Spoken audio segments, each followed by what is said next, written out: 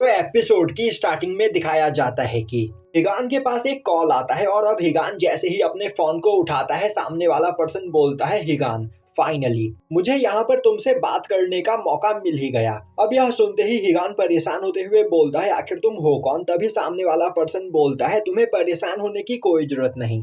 मैंने इस बात का ध्यान रखा है कि कोई भी हमारे कॉल को ट्रेस ना करे और मुझे यह बात पता है कि तुम आउजा सिटी की ओर जा रहे हो। आउजा सिटी बहुत ही ज्यादा खतरनाक है क्योंकि उस सिटी को मल्टी लेयर सिक्योरिटी से प्रोटेक्ट किया जाता है। पर अगर तुम मेरी मानो तो अकेले तुम उस सिटी के अंदर घुस ही नहीं सकते हो, पर मैंने यहाँ पर तुम्हें तुम्हारी मदद करने के लिए फोन किया है। हिगान बोलता है, तुम्हें क्या लग रहा है मैं इतनी आसानी से तुम्हारी बातों पर यकीन करूंगा? तभी सामने वाला पर्सन बोलता है, दूसरों की गलतियों से सीखना और खुद कोई गलती ना करना तेजी से प्रोग्रेस करने के लिए बहुत ही अच्छी चीज होती है। यह सुनते ही हिगान परेशान हो जाता है और बोलता है, यह तो एक निंजा पोयम है। तभी सामने वाला पर्सन बोलता है, हिगान तुम्हारी और मेरी सिचुएशन यहाँ पर सेम है और हमारे दुश्मन भी एक ही है। यह सुनते ही हिगान बोलता है, तो तुम भी एक एग्जाइल निंजा हो? सामने वाला पर्सन बोलता है, हिगान अगर तुम्हें मेरी मदद चाहिए तो मेरे भेजे गए लोकेशन पर मेरा इंतजार करना, मैं आगे के प्लान के बारे में तुम्हें तब बताऊंगा। अब हमें हॉस्पिटल में माइक को दिखाया जाता है जो अपने पर्स के अंदर से एक पेपर निकालता है। वहीं पर उस पेपर के ऊपर उसकी डॉटर ने एक ड्राइंग बनाई हुई होती है और उसने उसके ऊपर लिख रखा होता है कि उसे उसके फादर बहुत ही ज्यादा पसंद है क्योंकि उसके फादर बुरे लोगों से फाइट करके अच्छे लोगों को बचाते हैं। अब माइक को एक फ्लैशबैक याद आता है जिसमें वह एक काफी इम्पोर्टेंट केस में बहुत ही ज्यादा बिजी होता है, पर उस केस के दौरान उसकी वाइफ उसे बार बार कॉल कर रही होती है, पर वह हर बार अपनी वाइफ के फोन को इग्नोर कर देता है। अब अपने काम से फ्री होकर माइक जब अपनी वाइफ के कॉल को उठाता है तब उसे पता चलता है कि उसकी डॉटर अब इस दुनिया में नहीं रही, जो सुनकर उसकी हालत खराब हो जाती है और अब वह भागते हुए हॉस्पिटल में जाता है जहां पर उसकी वाइफ उसे बताती है कि किसी पर्सन ने उसकी डॉटर को मार दिया और वह बार बार माइक को कॉल कर रही थी, पर माइक ने उसके कॉल को अटेंड ही नहीं किया। अगर माइक ने पहले उसका कॉल उठा लिया होता तो वह लोग अपनी डॉटर को हॉस्पिटल जल्दी ले आ पाते, जिससे उनकी डॉटर बच जाती। वहीं पर उसकी वाइफ बहुत ही ज्यादा गुस्से में होती है और अब वह एक पेपर फेंक कर माइक को मारती है और वहां से चली जाती है। दूसरी ओर यह सब देखकर माइक भी बुरी तरीके से टूट चुका होता है और अब वह अपनी वाइफ के फेंके गए पेपर को देखता है तो यह वही पेपर होता है जिस पर उसकी डॉटर ने ड्राइंग बनाई होती है। अब प्रेजेंट टाइम में माइक अपनी इन पुरानी बातों के बारे में सोच ही रहा होता है कि तभी अचानक से हिगान वहां पर आ जाता है, जिसे देखते ही वह डर जाता है और अब वह वहां पर एमा को भी बुलाता है। तभी हिगान उन दोनों को उस कॉल के बारे में बताता है जिस कॉल में सामने वाला पर्सन उसे उसकी मदद करने का ऑफर दे रहा था। तभी माइक बोलता है, हिगान क्या तुम्हें इस पर्सन पर यकीन है? हिगान हाँ में जवाब देता है। अभी एमा अपने लैपटॉप पर चेक करके बताती है कि वह पर्सन बिल्कुल सही बोल रहा था, आउजा सिटी की सिक्योरिटी बहुत ही ज्यादा खतरनाक है और उससे बचकर कोई भी नहीं निकल सकता है। तभी माइक बोलता है, मुझे इस पर्सन पर बिल्कुल भी यकीन नहीं, शायद से यह तुम्हें फंसाने की कोशिश कर रहा है। और अब वह एमा को देखते हुए बोलता है, तो क्या तुम हमें इस बारे में बता सकती हो कि आखिर हम आउजा सिटी के अंदर कैसे जा सकते हैं? एमा बोलती है, आउजा सिटी की सिक्योरिटी को ब्रेक करना बच्चों का खेल नहीं। माइक बोलता है, मैं भी इसमें कुछ भी नहीं कर सकता हूं क्योंकि पिछले इंसिडेंट के बाद कई सारे लोग मुझ पर नजर बनाए हुए हैं, इसीलिए मैं यहाँ पर हिगान की कोई भी मदद नहीं कर सकता हूँ। और वैसे एमा, तुमने ही हमसे कहा था कि अगर आउजा के बारे में हमें इंफॉर्मेशन चाहिए तो हमें वह इंफॉर्मेशन उसके हेडक्वार्टर में ही मिलेगी, तब तो हमें कुछ भी करके आउजा सिटी में जाना ही होगा। एमा बोलती है, यह काम नामुमकिन है, कोई भी आउजा सिटी के बीचों बीच मौजूद आउजा के हेडक्वार्टर तक पहुंच ही नहीं सकता है। माइक बोलता है, तो क्या तुम्हारे पास आउजा सिटी के अंदर जाने का कोई भी रास्ता मौजूद नहीं है? एमा बोलती है, नहीं, हमें किसी और तरीके से आउजा के खिलाफ एविडेंस कलेक्ट करने होंगे। और अब एमा माइक को बताती है कि उसे डार्क वेब से पता चला है कि आउजा यहाँ पर कुछ बहुत ही ज्यादा बड़ा करने की कोशिश कर रहा है। वह कई सारे न्यूक्लियर वेपन्स बना रहा है जिन वेपन्स का यूज करते हुए वह पूरी दुनिया पर कब्जा कर सकता है। और डार्क वेब के ऊपर इस आर्टिकल को जिस पर्सन ने लिखा है, मैंने उस पर्सन का लोकेशन निकाल लिया है, तो अगर हम उससे जाकर मिले तो हमें आउजा के खिलाफ सबूत मिल सकते हैं। माइक बोलता है, एमा अब तुम यहाँ पर आराम कर सकती हो, आगे की सभी चीजें मैं देख लूंगा। एमा बोलती है, वह माइक को यह काम अकेले नहीं करने देगी। हर इंसान को लाइफ में कामयाब होने का एक मौका मिलता है और उसके हिसाब से यही उसके पास एक मौका है जिसका यूज करते हुए वह सबसे ज्यादा फेमस और अमीर बन सकती है। क्या पता उन्हें आउजा के बारे में कुछ ऐसा सीक्रेट मिल जाए जिस सीक्रेट की कीमत $1,000,000 या फिर $1,000,000,000 भी हो सकती है। और इस केस को सॉल्व करने के बाद वह लोग पूरी दुनिया में फेमस हो जाएंगे। वहीं पर बैठा हिगान चुपचाप से उन दोनों की बातें सुन रहा होता है और अब वह खड़ा होते हुए बोलता है, तुम दोनों की जान भी यहाँ पर खतरे में है तो सावधान रहना। यह बोलते हुए वह वहां से जाने लगता है। तभी माइक बोलता है, मैं तुमसे एक सवाल पूछना चाहता हूँ, क्या तुम्हारी वाइफ को पता था कि तुम एक निंजा हो? हिगान बोलता है, हाँ, बल्कि वह भी एक निंजा थी। माइक बोलता है, तो क्या निंजा लोगों की फैमिली भी होती है? हिगान बोलता है, नहीं, हमारे क्लैन का रूल है कि कोई भी निंजा अपनी फैमिली नहीं बना सकता है, पर मैंने इस रूल को तोड़ा था।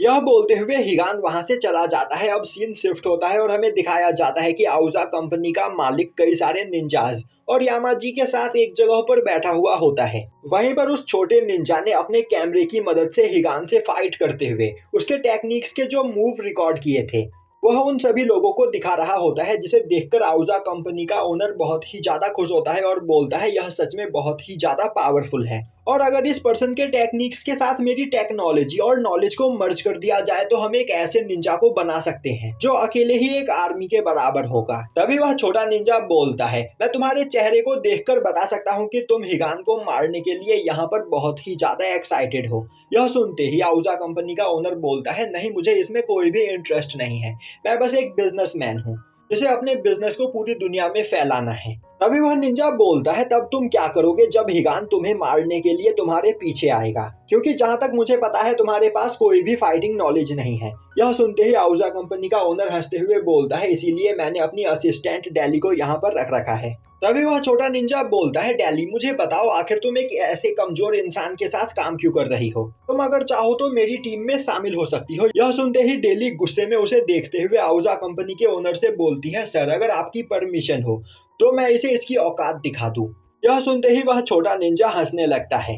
तभी आउजा कंपनी का ओनर बोलता है, तो यहाँ पर किसी के पास हिगान से निपटने का कोई प्लान है? क्योंकि सभी लोगों को पता है कि हिगान जल्द ही आउजा सिटी के अंदर आने वाला है। तभी एक कुर्सी पर बैठी हुई साइबोर्ग बोलती है, मास्टर, आपको परेशान होने की कोई जरूरत नहीं, क्योंकि आउजा सिटी की सिक्योरिटी काफी ज्यादा खतरनाक है और कोई भी हमारे परमिशन के बिना हमारी नजर से बचकर यहाँ पर नहीं आ सकता है। वहीं पर बगल में बैठा एक दूसरा निंजा अपने बाल को सेट कर रहा होता है और इसका नाम डी है। इसे देखते हुए आउजा कंपनी का ओनर बोलता है, तो क्या तुम यहाँ पर कुछ कहना चाहते हो? डी बोलता है, हाँ, मैंने अभी अभी ही अपने बाल कटवाए हैं और यह देखने में बहुत ही ज्यादा कूल लग रहे हैं, तो जब तक हिगान मेरे बालों से दूर रहेगा तब तक मुझे उससे कोई भी प्रॉब्लम नहीं है।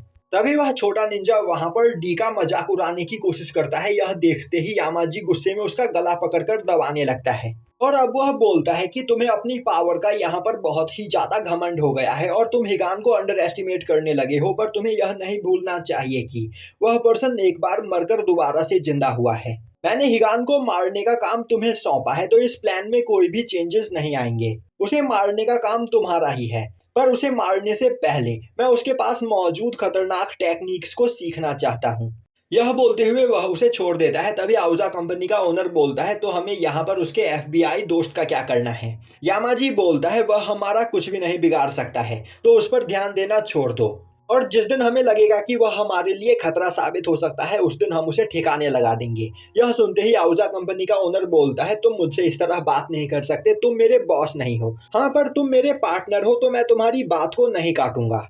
अब हमें दिखाया जाता है कि आउजा कंपनी का ओनर अपनी असिस्टेंट डैली के साथ कहीं जा रहा होता है। तभी वह बोलता है, डैली, तुम्हें क्या लग रहा है, आखिर हिगान आउजा सिटी के कितना अंदर आ पाएगा? डैली बोलती है, मास्टर, क्या आप हिगान को लेकर यहाँ पर परेशान हो? आउजा कंपनी का ओनर बोलता है, नहीं, मुझे हिगान यहाँ पर बहुत ही ज्यादा इंटरेस्टेड पर्सन लग रहा है और उसके पास जो टेक्निक्स मौजूद है उन टेक्निक्स का यूज मैं अपनी नई टेक्नोलॉजी के अंदर करना चाहता हूँ, तो मैं बस यहाँ पर यह उम्मीद कर रहा हूँ कि वह जल्दी न मारा जाए।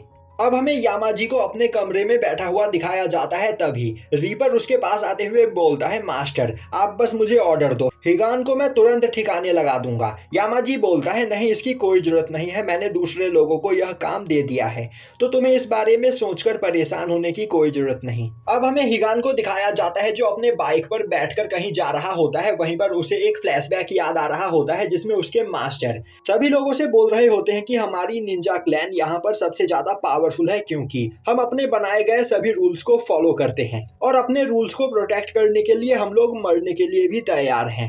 और अब हिगान को याद आता है कि जब वह क्लैन में हुआ करता था तो उसके 3 लोगों की एक टीम थी जिसे रोज कुछ न कुछ नया असाइनमेंट मिलता था और वह उस असाइनमेंट को फॉलो करते हुए अपने साथियों के साथ कई सारे लोगों को मारे करता था। वहीं पर उसे अपने मास्टर द्वारा बताए गए क्लैन के 3 सबसे ज्यादा इंपॉर्टेंट रूल याद आ रहे होते हैं। रूल नंबर 1, वह कभी भी क्लैन के किसी बाहरी इंसान को अपनी निंजा टेक्निक के बारे में नहीं बताएंगे। रूल नंबर 2, निंजास के अंदर इमोशंस नहीं होने चाहिए, क्योंकि इमोशन इंसान को कमजोर बनाते हैं।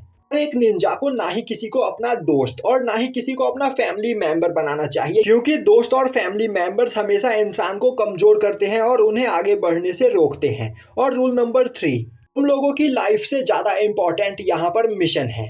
तो तुम्हें चाहे कोई भी मिशन क्यों ना दिया जाए, तुम्हें अपनी जान पर खेलकर उस मिशन को पूरा करना है। अब हिगान को याद आता है कि अपनी निंजा की ट्रेनिंग खत्म करने के बाद वह अपने तीनों साथियों के साथ अपने मास्टर के पास गया था, जहां पर एक रिचुअल परफॉर्म किया गया था। और उसी रिचुअल के दौरान उसके मास्टर ने उन तीनों को निंजा नेम दिया था और हिगान को उसके मास्टर ने ही निंजा नेम हिगान दिया है। हिगान का एक साथी जाय, जो आजकल रीपर के नेम से फेमस है, और हिगान की वाइफ मारी।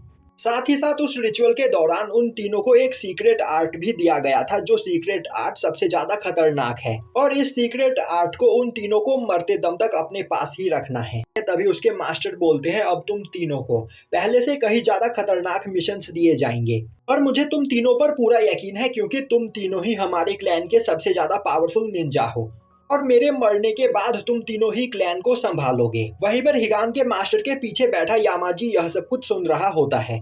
अब हमें दिखाया जाता है कि हिगान और मारी एक जगह पर बैठकर बात कर रहे होते हैं। अभी जाय उनके पास एक केटली और 3 कप लेकर आता है और अब वह बोलता है, यहाँ से हमारी जर्नी की शुरुआत होती है, तो फिर क्यों ना हम तीनों ड्रिंक शेयर करके एक दूसरे के साथ प्रॉमिस करें कि हम तीनों एक दूसरे के साथ हमेशा वफादार रहेंगे। और अब वह उस केटली के अंदर मौजूद ड्रिंक तीनों कप के अंदर डालते हुए उन कप्स को आगे बढ़ाते हुए बोलता है, हमें नहीं पता कि हम लोग कब मारे जाएंगे। हम जिस रास्ते पर चल रहे हैं यह रास्ता बहुत ही ज्यादा खतरनाक है, तो आज हम इस ड्रिंक को एक साथ शेयर करके एक दूसरे को एलाई बनाते हैं। यह बोलते हुए वह तीनों एक साथ ड्रिंक पीते हैं, पर तभी वहाँ पर हिगान खांसने लगता है, क्योंकि उस कप के अंदर अल्कोहल होता है और उसे अल्कोहल पीना पसंद नहीं होता है। अब सीन शिफ्ट होता है और हमें दिखाया जाता है कि उन तीनों को एक मिशन दिया जाता है, जिस मिशन में उन्हें एक अमीर आदमी को मारकर उसके पास मौजूद कुछ सीक्रेट डॉक्यूमेंट लाने होते हैं। और अब वह तीनों काफी आसानी से उस अमीर आदमी और उसके सभी साथियों को मार देते हैं,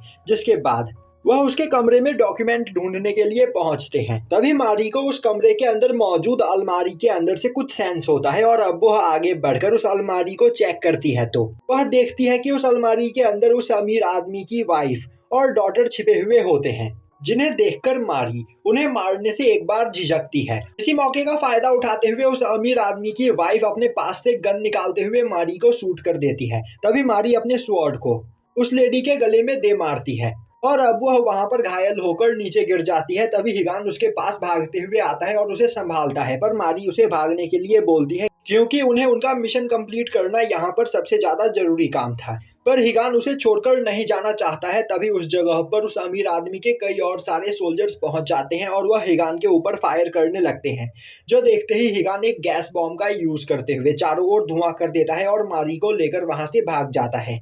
अब हिगान मारी को लेकर एक केव के अंदर आता है और अब वह वहां पर उसका इलाज करता है। वहीं पर मारी उससे बोल रही होती है कि हिगान को यहाँ से जाकर अपना मिशन कंप्लीट करना चाहिए, ऐसा ना करके वह क्लैन के तीसरे रूल को तोड़ रहा है। हिगान बोलता है, मैं तुम्हें यहाँ पर छोड़कर नहीं जाऊंगा। यह सुनते ही मारी अपने पास से एक नाइफ निकालते हुए खुद को मारने की कोशिश करती है, पर हिगान उसे रोक लेता है। अब मारी बोलती है, आखिर हिगान को यह बात समझ में क्यों नहीं आ रही है कि अगर टाइम रहते उसने मिशन को कंप्लीट नहीं किया तो वह बहुत बड़ी प्रॉब्लम में फंस सकता है। हिगान बोलता है, मैंने तुमसे कहा ना कि मैं तुम्हें छोड़कर कहीं नहीं जाऊंगा। मारी बोलती है, क्या तुम हमारे क्लैन के दूसरे रूल को भूल गए? हम यहाँ पर किसी के भी साथ अटैच नहीं हो सकते हैं, ना ही किसी के लिए हमारे दिल में इमोशनल फीलिंग्स होनी चाहिए। तुम यहाँ पर दूसरे और तीसरे रूल को तोड़ रहे हो। हिगान बोलता है, जिस दिन मैंने तुम्हें पहली बार देखा था उसी दिन मैंने हमारे क्लैन के दूसरे रूल को तोड़ दिया था। तुम मुझे काफी ज्यादा पसंद हो। अब सीन शिफ्ट होता है और हमें दिखाया जाता है कि जाई हिगान और मारी को ढूंढते हुए उस केव में पहुंचता है और अब वह देखता है कि वहां पर उन दोनों की ही हालत बहुत ही ज्यादा खराब होती है। और अब हमें प्रेजेंट टाइम में जाई को दिखाया जाता है, जो अपने हाथ में वही कप लिए एक जगह पर खड़ा होता है, जिस कप में पहली बार उसने मारी और हिगान के साथ अल्कोहल पिया था। अब हमें माइक को दिखाया जाता है, जो हिगान को कॉल कर रहा होता है, क्योंकि अभी वह एमा के साथ उस पर्सन से मिलने के लिए जा रहा होता है, जिस पर्सन ने डार्क वेब के ऊपर आउजा कंपनी के बारे में आर्टिकल लिखा होता है।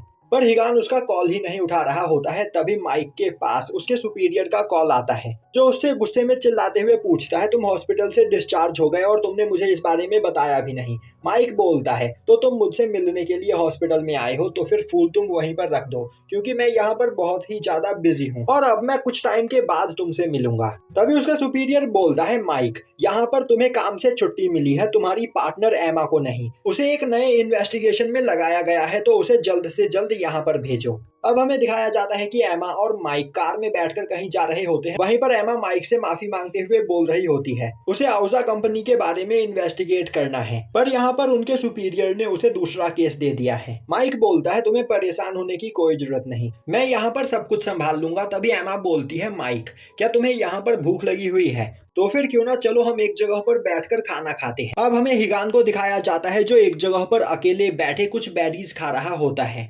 तभी उसके पास उसी पर्सन का कॉल आता है जिसने उसे वहां पर बुलाया होता है। अब सामने वाला पर्सन बोलता है, हिगान तुमने यहाँ पर बिल्कुल सही फैसला किया है। हिगान बोलता है, तो अब तुम मुझे अपने प्लान के बारे में बताओ। सामने वाला पर्सन बोलता है, प्लान के बारे में जानने से पहले तुम्हें यह समझना होगा कि आउजा सिटी के अंदर किस तरह की सिक्योरिटी मौजूद है। आउजा सिटी के हर एक गली में कैमरे लगे हुए हैं, साथ ही साथ कई सारे ड्रोन्स हर जगह की निगरानी करते हैं। यहाँ तक कि सिटी के अंदर जाने वाले रोड्स पर भी कई सारे सेंसर्स लगे हुए हैं, जो सेंसर्स बहुत ही ज्यादा पावरफुल है और वह किसी भी अनजान इंसान को काफी आसानी से पहचान लेते हैं, जिसके बाद कोई भी वहां से आगे नहीं जा सकता है। और अगर किसी तरह तुम उससे आगे चले भी गए, तब तुम्हें अपने सामने एक हनीकॉम इलेक्ट्रोमैग्नेटिक बैरियर दिखाई देगा, जिसे अंडरग्राउंड कंट्रोल रूम में मौजूद लोग कंट्रोल करते हैं और उनके परमिशन के बिना तुम उसके पार नहीं जा सकते हो। पर उस बैरियर को पार करने का एक प्लान है। तुम अंडरग्राउंड रास्ते से सीधा सिटी के अंदर जा सकते हो, पर अंडरग्राउंड के गलियों में काफी ज्यादा मात्रा में सोल्जर्स मौजूद होते हैं, तो तुम्हें उन सभी सोल्जर्स से बचना होगा। और उस जगह पर कई सारे सिक्योरिटी कैमरा और लेजर लाइट मौजूद है, जिन्हें तुम्हें अवॉइड करना होगा, क्योंकि अगर तुम उनकी पकड़ में आ गए तो फिर तुम्हारा बच पाना बहुत ही ज्यादा मुश्किल है। और तुम इन सभी चीजों को पार करके तुम अंडरग्राउंड मौजूद इलेक्ट्रोमैग्नेटिक बैरियर के पास पहुंचोगे। मैं उसे हैक करके 5 सेकंड के लिए रोक सकता हूं, पर तुम्हें उस 5 सेकंड के अंदर ही बैरियर को पार करके सिटी के अंदर जाना होगा। तो क्या तुम इसके लिए तैयार हो? हिगान बोलता है, हाँ। तो यह काम हमें कब करना है? सामने वाला पर्सन बोलता है, आज रात ही यह काम हम करेंगे। अब हमें माइक को दिखाया जाता है, जो अपनी कार में कहीं जा रहा होता है। तभी उसे याद आता है कि रास्ते में वह एमा के साथ एक जगह पर खाना खाने के लिए रुका था, जहां पर उसने एमा को खाना खरीद कर दिया। वहीं पर वह कॉफी पी रहा था। तभी एमा माइक को उस पर्सन की फोटो दिखाती है, जिस पर्सन से मिलने के लिए माइक जा रहा होता है, और इस पर्सन का नाम जेसन कार्टनेस है। और अब एमा वहां पर माइक को सावधान रहने के लिए बोलती है, क्योंकि अब माइक अकेले ही उस पर्सन से मिलने जाने वाला होता है। और अब वह बोलती है कि माइक को इस मिशन से जिंदा वापस लौटना है, क्योंकि अभी एमा को उससे बहुत सारी चीजें सीखनी बाकी है। तभी माइक अपने लिए एक और कॉफी ऑर्डर करता है, जो देखते ही एमा गुस्सा होते हुए बोलने लगती है। माइक को यहाँ पर कैफीन से एडिक्शन हो गई है, और अगर वह इतना ज्यादा कॉफी पिएगा तो यह उसकी सेहत के लिए हानिकारक हो सकता है। वहीं पर माइक को यह सभी बात प्रेजेंट टाइम में याद आ रही होती है, और अब माइक अपनी कार के अंदर मौजूद अपनी डॉटर की फोटो देखते हुए बोलता है, अगर आज मेरी डॉटर जिंदा होती तो वह बिल्कुल एमा जैसी होती। दूसरी ओर हिगान आउजा सिटी के बाहर पहुंच चुका होता है। वहीं पर वह उस पर्सन से कॉल पर कनेक्टेड होता है, और सामने वाला पर्सन उससे बोल रहा होता है कि तुम्हारे पास यहाँ पर 8 मिनट का टाइम है। 8 मिनट के अंदर ही तुम्हें उस बैरियर को पार करना होगा, क्योंकि मैंने इन कैमरों को हैक कर लिया है, पर मैं 8 मिनट से ज्यादा देर तक इन्हें हैक नहीं कर सकता हूँ। हिगान बोलता है, इतना टाइम मेरे लिए काफी है। और अब वह काफी तेजी से पहले गेट को पार करते हुए अंडरग्राउंड पहुंच जाता है। अब हिगान उस पर्सन के सभी इंस्ट्रक्शंस को फॉलो करते हुए काफी तेजी से हेडरूम के पास पहुंच जाता है, जहां पर कई सारी लेजर लाइटें लगी हुई होती है, जिसे देखते ही हिगान काफी आसानी से उन्हें बिना टच किए पार करने लगता है। तभी उसके पसीने की एक बूंद लाइट से जा टकराती है, जिससे उन लोगों को हिगान के बारे में पता चल जाता है, और अब कई सारे सोल्जर्स काफी तेजी से हिगान पर अटैक करने लगते हैं, पर हिगान बहुत ही आसानी से उन सभी को मार देता है। वहीं पर बैठा एक कौवा यह सब कुछ देख रहा होता है, और अब हिगान सभी लोगों को मारते हुए मेन गेट के पास पहुंच जाता है। तभी सामने वाला पर्सन बोलता है, तुम्हारे पास बस 5 सेकंड का टाइम है। 5 सेकंड के बाद वह बैरियर दोबारा से एक्टिवेट हो जाएगा। इतने ही टाइम में तुम्हें सिटी के अंदर जाना है। यह सुनते ही हिगान अपनी फुल स्पीड में भागते हुए बैरियर को पार करने लगता है। तभी काफी तेजी से वहां पर आते हुए जाए हिगान पर अटैक करते हुए उसे उसी जगह पर रोक देता है। और अब 5 सेकंड का टाइम खत्म हो जाता है और अब वह बैरियर दोबारा से एक्टिवेट हो जाता है और यहीं पर यह एपिसोड खत्म हो जाता है।